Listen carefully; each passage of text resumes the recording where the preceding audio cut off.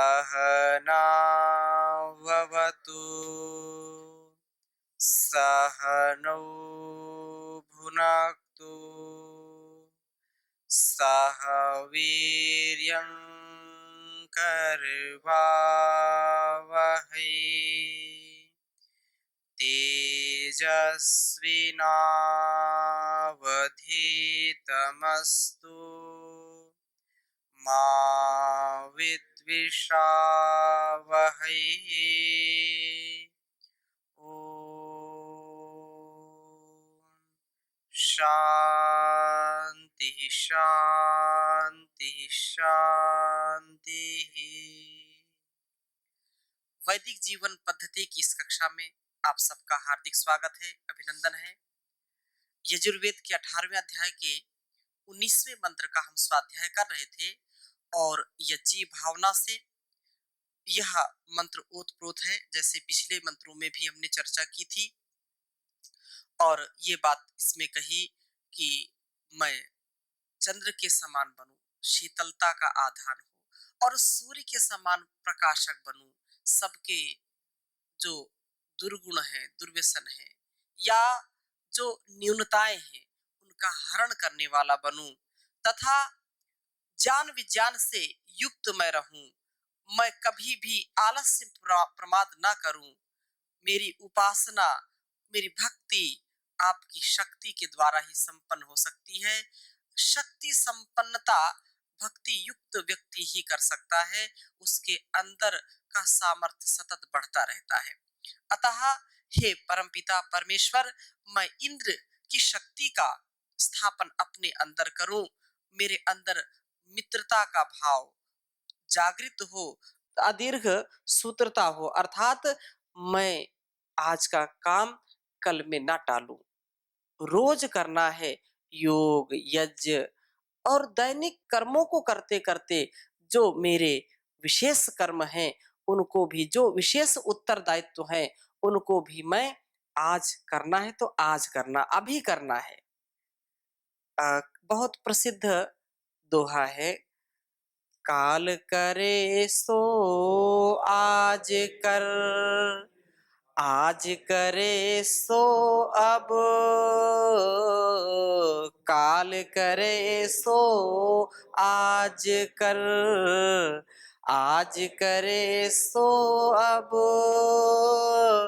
पल में परलय होएगी, बहुरी करोगे कब रे कबीरा, बहुरी करोगे कब। लोग अक्सर, कुछ लोगों का स्वभाव होता है कि काम को लंबित करना, विशेषकर जो सरकारी दफ्तर होते हैं, है काम केवल 1 मिनट का, लोगों के जो है जूते घिस जाते हैं, चप्पलें घिस जाती हैं, लेकिन इस टेबल से फाइल उस टेबल तक नहीं पहुंच पाती, सालों गुजर जाते हैं। ऐसे लोग अपने जीवन को कभी भी अच्छा नहीं बना सकते।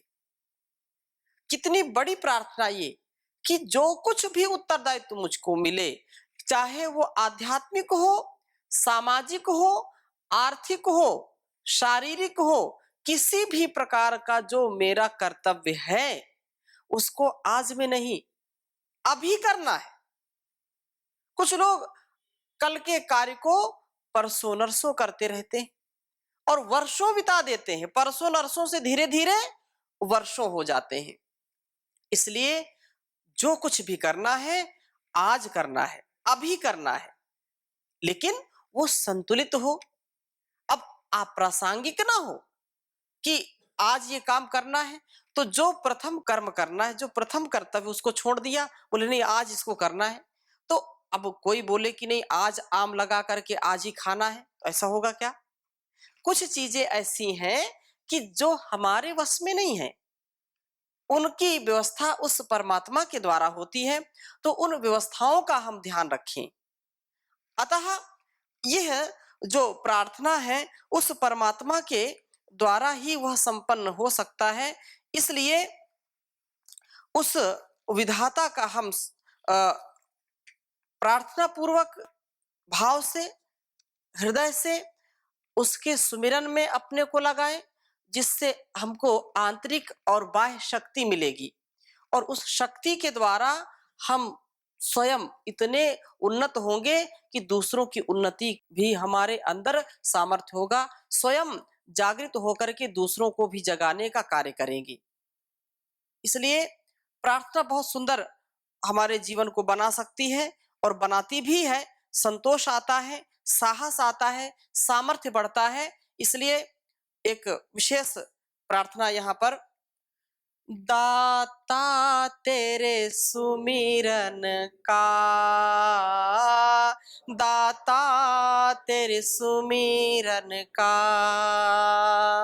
वरदान जो मिल जाए, मुरझाई कली दिल की, मुरझाई कली दिल की, एक आन में खिल जाए, दाता तेरे सुमिरन का। सुनते हैं तेरी रहमत, दिन रात बरसती है, सुनते हैं तेरी रहमत, दिन रात बरसती है, एक बूंद जो मिल जाए, एक बूंद जो मिल जाए, तकदीर बदल जाए, दाता तेरे सुमिरन का, दाता तेरे सुमिरन का, वरदान जो मिल जाए, दाता तेरे सुमिरन का। ये मन बड़ा चंचल है, चिंतन में नहीं लगता, ये मन बड़ा चंचल है, चिंतन में नहीं लगता, जितना इसे समझाऊं, जितना इसे समझाऊं, उतना ही मचल जाए,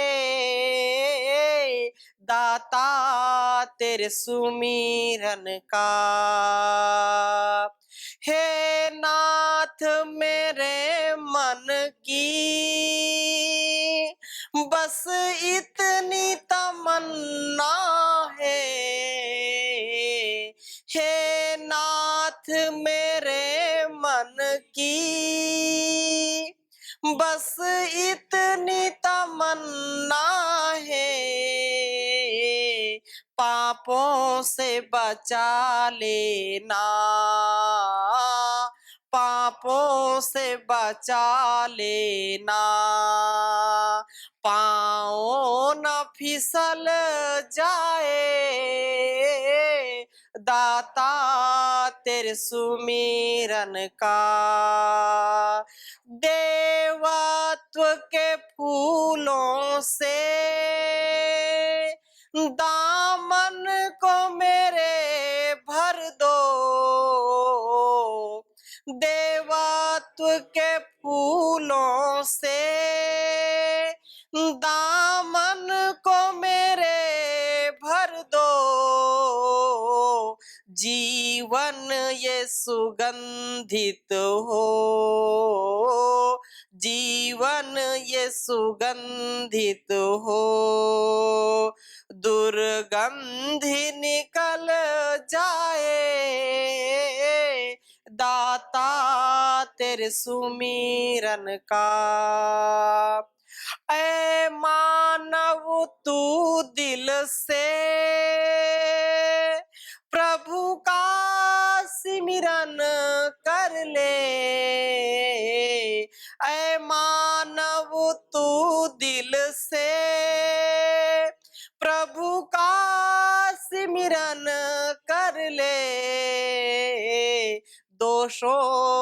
भर जीवन का, दोषों भर जीवन का, कांटा ही निकल जाए, दाता तेरे सुमिरन का, दाता तेरे सुमिरन का, वरदान जो मिल जाए, मुरझाई कली दिल की, मुरझाई कली दिल की, एक आन में खिल जाए, दाता तेरे सुमिरन का। तो उस परमात्मा से जब हम प्रार्थना करते हैं, भक्ति पूर्वक अश्रुपूर्ण हृदय से याचना करते हैं, तो वह सब कुछ देता है। हम भक्ति के साथ, युक्ति के साथ और श्रद्धा के साथ याचना तो करें, ऐसी कामना तो करें, वो सब कुछ पूरा करने वाला है। तो हम 19वें मंत्र को पुनः, जो कुछ भाग रह गया था, एक बार पुनः देखते हैं कि ऐसा भाव कि मेरे अंदर दीर्घ सूत्रता ना आए, क्योंकि दीर्घ सूत्री विनश्यति कहा है। जो दीर्घ काल तक छोटे से कार्य को आलस्य प्रमाद में टालता रहता है, कल करेंगे, परसों करेंगे, महीनों लगा देता है, वर्षों लगा देता है, वो विनाश को प्राप्त होता है। तत्काल तत्क्षण जो कार्यों को क्रमशः करता जाता है, कर्मों को क्रमशः करता जाता है, प्रमाद नहीं रहता जिसके जीवन में, वो उन्नति को प्राप्त करता है, वो विनाश को नहीं प्राप्त करता, विकास को प्राप्त करता है। अतः यहाँ पर अगली बात कही कि प्रतिस्थानश्च में, मेरा मन प्रत्येक प्राप्त कर्तव्य के प्रति प्रस्थान वाला हो, अर्थात मैं सदा अपने कर्तव्य को करने के लिए उद्यत हूं। ये बहुत बड़ी बात है। ऐसा जो जीवन जीते हैं कि उनको जो उत्तरदायित्व दिया, जो कर्तव्य दिया, उसको अक्षरशः पालन करते हैं, माता पिता के द्वारा या गुरुजनों के द्वारा या अपने जो अधिकारी हैं उनके द्वारा, बड़ों के द्वारा जो कार्य दिया जाए, उसको पूरी तत्परता से, पूरी भक्ति के साथ, करिष्ये तव वचनम, ऐसा यदि व्यक्ति जीवन व्यतीत करता है कि उनकी बातों को सर माथे रखता है, सर आंखों पर रखता है, वह व्यक्ति कभी भी धोखा नहीं खाता, वो कभी भी अवनति को प्राप्त नहीं करता। ऐसी बहन, ऐसी बेटी, ऐसी बहू, ऐसी माँ कभी भी दुखी नहीं होती है, उसको सदैव सुख मिलता है। भले ही उसको बाहर के लोगों से थोड़ा सा कष्ट मिले, लेकिन अंदर से वो कभी भी दुखी नहीं होती। क्यों? जो भी करता है, चाहे कोई पुत्र के रूप में या जो है पिता के रूप में, पति के रूप में, पत्नी के रूप में, जो कुछ भी हम उत्तरदायित्व निभाएं, उसको बड़ी निष्ठा के साथ निभाएं। कदाचित इस संसार के लोगों से धोखा हो सकता है, आपकी श्रद्धा, आपकी भक्ति, आपकी लगन की वो जो है कीमत ना जानते हो, ना उसका मूल्य चुका सकते हो, परंतु आपका मूल्य तो उसी क्षण मिल जाता है जिस क्षण आप पुरुषार्थ करते हो। आप जिस क्षण अपने उत्तरदायित्व का निर्वहन करते हो, उसी समय आपकी अंतरात्मा आपको शाबाशी देती है, आपके अंदर उत्साह आता है, प्रसन्नता आती है, आपका रोम रोम हर्षित होता है, प्रफुल्लित होता है कि मैंने ये सेवा की। कोई कितना भी भूखा व्यक्ति हो, यदि उसके अंदर समर्पण है, श्रद्धा है, तो चाहता है कि पहले मैं दूसरों को खिलाऊं। कुछ का स्वभाव ही ऐसा होता है, कुछ माताएं ऐसी होती है, कुछ जो है ऐसे भाई भी होते हैं कि उनको खाने से ज्यादा खिलाने में आनंद आता है। वो स्वयं पहले न खा करके दूसरों को खिलाते हैं। ऐसा क्यों करते हैं? क्योंकि उनका ऐसा स्वभाव है।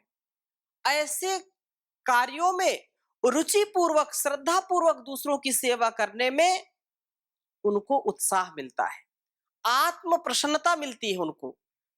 इसलिए यदि वो ऐसा कार्य ना करे, कर्म ना करे, तो उनको दुःख मिलता है।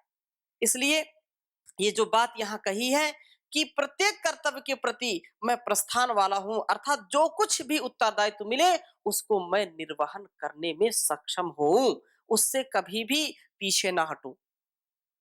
और अगली बात क्या कही?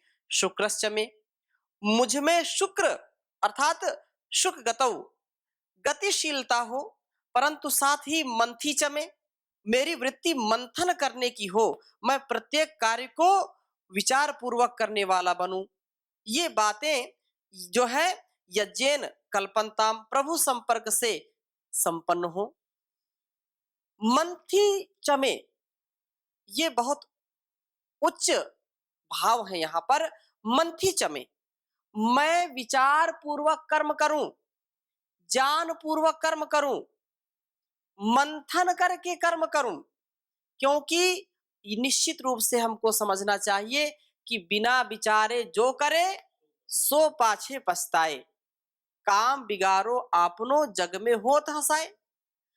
किसी भी कार्य को करना है, पहले मनन करें, चिंतन करें, मंथन करें। विचार मंथन करते हैं, बोलते हैं विचार मंथन। तो विचार मंथन करके, सोच विचार करके, मननात मनुष्य इसीलिए है, मननशील है ये सोच विचार करके कर्मों को करता है। अतः विचार युक्त कर्म करें। और मंत्र का भी अर्थ यही होता है, विचार। मंत्र का अर्थ क्या है? विचार मंत्र पूर्वक करें। बोले हमारी मंत्रणा हो रही है, हमारी क्या हो रही है?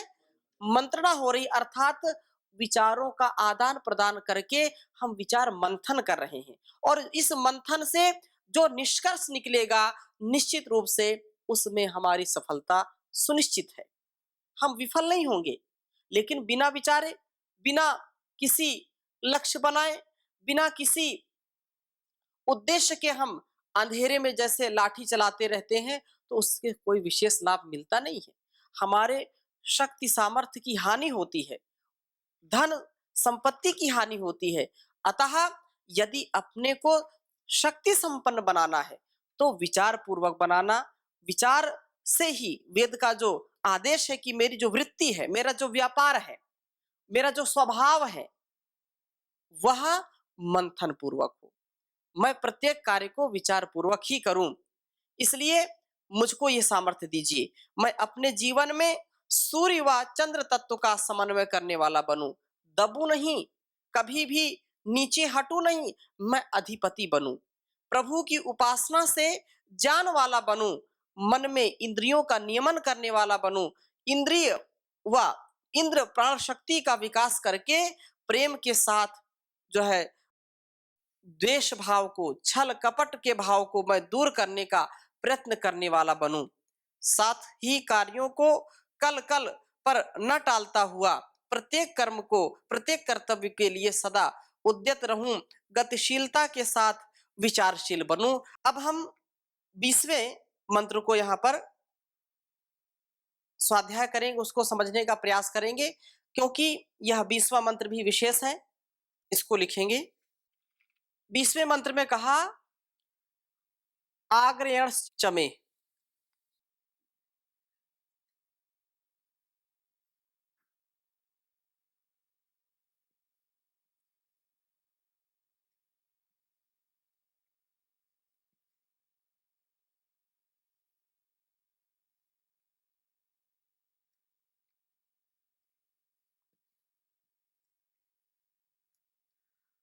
वैश्वदेवश्च में,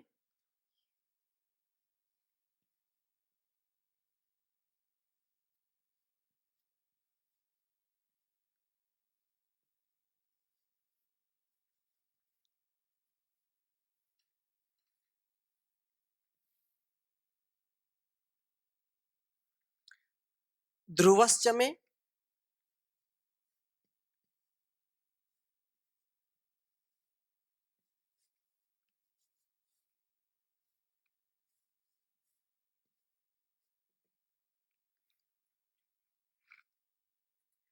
वैश्वानरश्च में,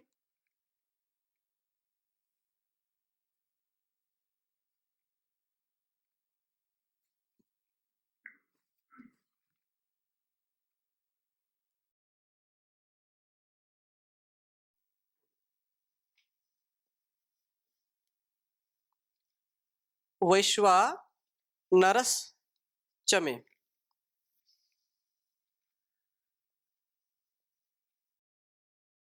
ऐन्द्रियाग्नश्च मे।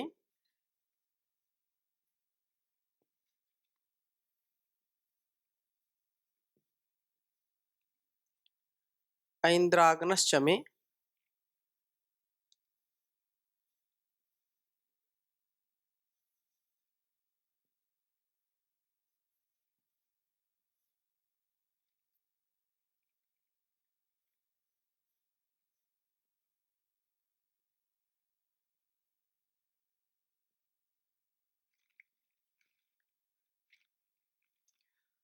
महावैश्वदेवश्च मे।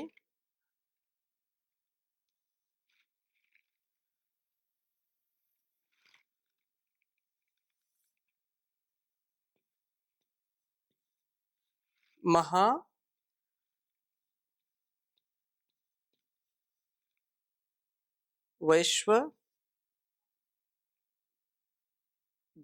मे।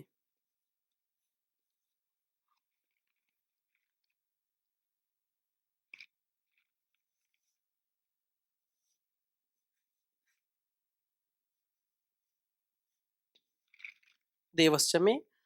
मरुत्वतीयाश्च मे।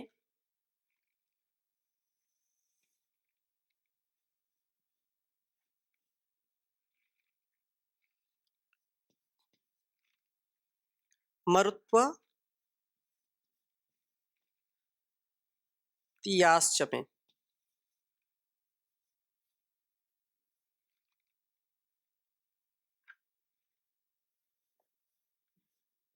निष्केवल्यश्च मे।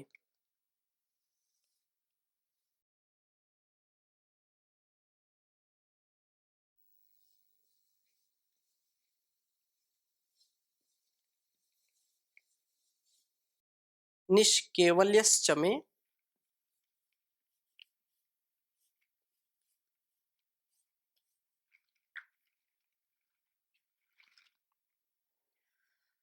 सावित्रीश्च मे।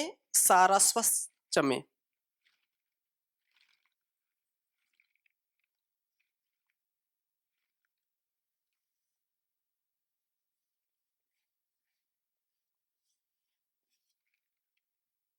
सावित्रश्च मे।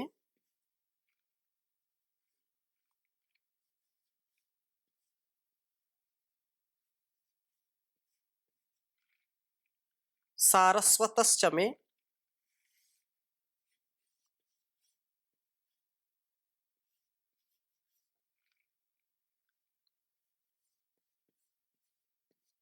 सारस्वतश्च मे।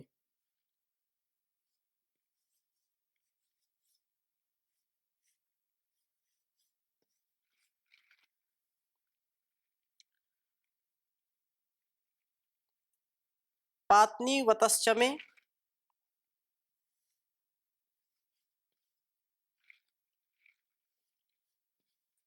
पात्नीवतश्च मे। और दो बातें और कहीं। हारी योजनाश्च मे।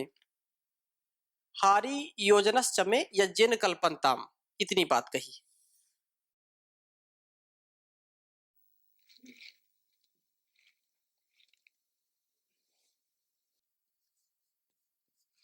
हारी योजनश्च मे। योजनश्च मे यज्ञेन कल्पन्ताम। वही यज्ञेन कल्पन्ताम। ये बड़ा मंत्र है थोड़ा सा। इसको इस प्रकार से हम देख सकते हैं। एक बार उच्चारण करेंगे। आग्रयणश्च मे। वैश्वदेवश्च मे। ध्रुवश्च मे। वैश्वानरश्च मे। ऐन्द्रयाग्नश्च मे। महावैश्वदेवश्च मे। मरुत्वतीयाश्च मे। निष्केवल्यश्च मे। सावित्रश्च मे। सारस्वतश्च मे। पात्नीवतश्च मे। हारी योजनाश्च मे यज्ञेन कल्पन्ताम। पुनः एक बार उच्चारण करेंगे। आग्रयणश्च मे वैश्वदेवश्च मे ध्रुवश्च मे वैश्वानरश्च मे ऐन्द्रयाग्नेश्च मे महावैश्वदेवश्च मे मरुत्वतीयाश्च मे निष्केवलश्च मे सावित्र्यश्च मे सारस्वतश्च मे पात्नीवतश्च मे हारि योजनाश्च मे यज्ञेन कल्पन्ताम। इस मंत्र को इस प्रकार से कहा कि मेरा जीवन मंत्र वर्णित आग्रहण आदि यज्ञों वाला हो, यज्ञीय भावना से ओतप्रोत हो। मैं आगे बढ़ूं, आगे बढ़ने के लिए इंद्रिय अश्वों को सदा शरीर में जोत करके रखूं, अर्थात निरंतर क्रियाशीलता में मैं रहूं, निरंतर मेरे अंदर क्रियाशीलता रहे। क्योंकि अग्रे अयनम येन, मेरे अंदर जो आगे चलने वाली वृत्ति हो, इसी वृत्ति के परिणाम स्वरूप वैश्वदेव चमे, मेरा जीवन सब दिव्य गुणों से युक्त हो जाएगा। क्योंकि गति मति के साथ होती है तो प्रगति होती है, नहीं तो दुर्गति होगी। तो गति वाला मैं रहूं, और वो भी मेरे अंदर का जो सामर्थ्य है वो यज्ञ के द्वारा उस परम पिता परमेश्वर की सन्निधि से, उसकी कृपा से सदा बढ़ता रहे, ऐसी भावना इस मंत्र में है। तो अभी समय हो गया है, इस मंत्र की चर्चा अगली कक्षा में करेंगे। ओम शांति शांति शांति।